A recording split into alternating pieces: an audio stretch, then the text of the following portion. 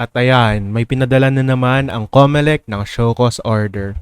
So eto sa video na ito, siya ay si Councilor Wawi Manguera at pinariringgan niya raw dito ang mga foreign nationals, mga Indian students na nag-aaral at intern ngayon sa Pasay General Hospital. So, panoorin natin.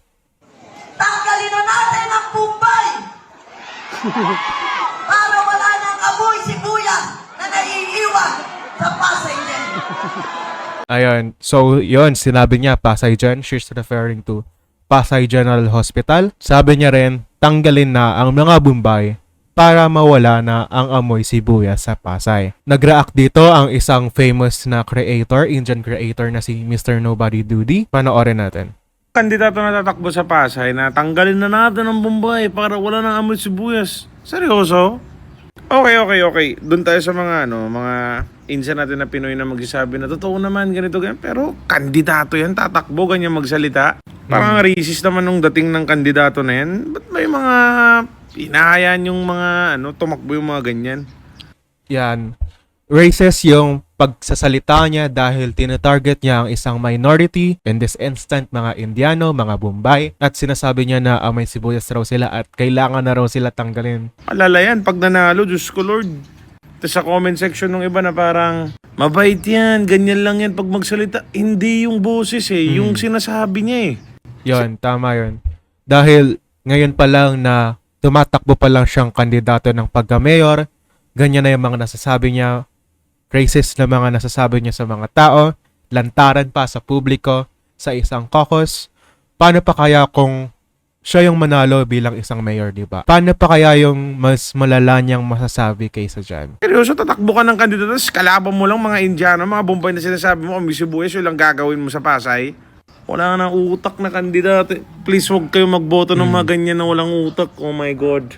Tanggalin yung bimbang para wala na amoy sibuyas.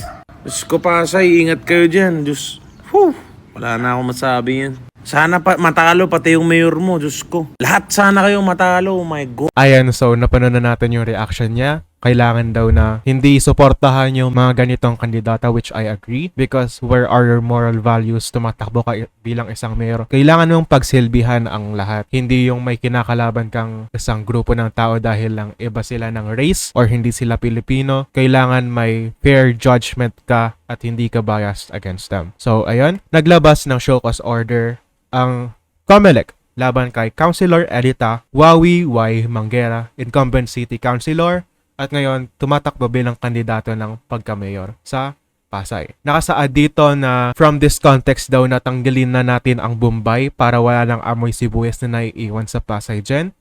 She was referring to foreign students studying and interning at the Pasay City General, like I said at the beginning.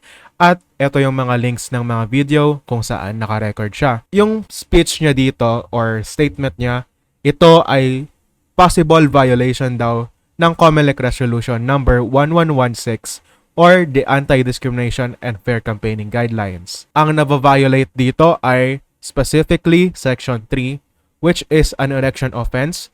During the election period, any person who directly or indirectly commits acts of bullying on the basis of HIV status, child abuse, coercion, discrimination, discrimination against women, discrimination against PWDs on the use of public accommodations, gender-based harassment, immoral doctrines, obscene publications, exhibitions, and indecent shows, incitement, labeling, public ridicule against PWDs, racial discrimination. Ayan, yung nilabag niya, yung racial discrimination, labag yon sa batas ng eleksyon. Mas nalinaw nila kung bakit ito racial discrimination.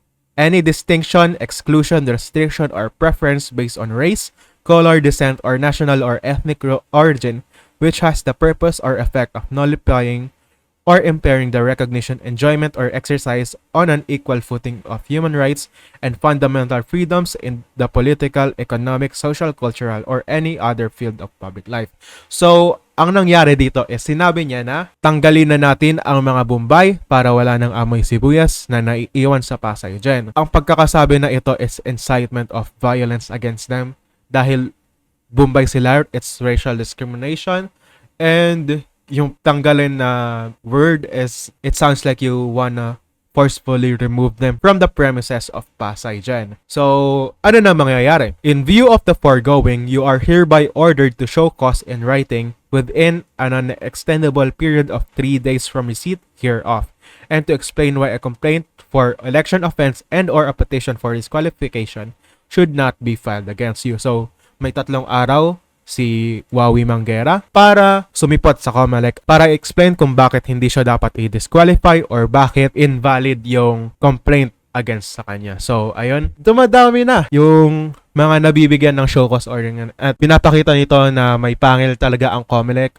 lalo na't nagsimula tayo kay Ian Sia, kay Mocha Uson, at ngayon kay Councilor Edita Wawi Manguera. Ayun, what do you think about this? Is it just na binigyan ng show cause order itong si Councilor Wawi Manguera? Or do you disagree na it's just a joke? Mabait na tao naman siya at hindi na kailangan umabot sa ganito. Kudos to COMELEC, lalo na't wala akong bilib sa kanila.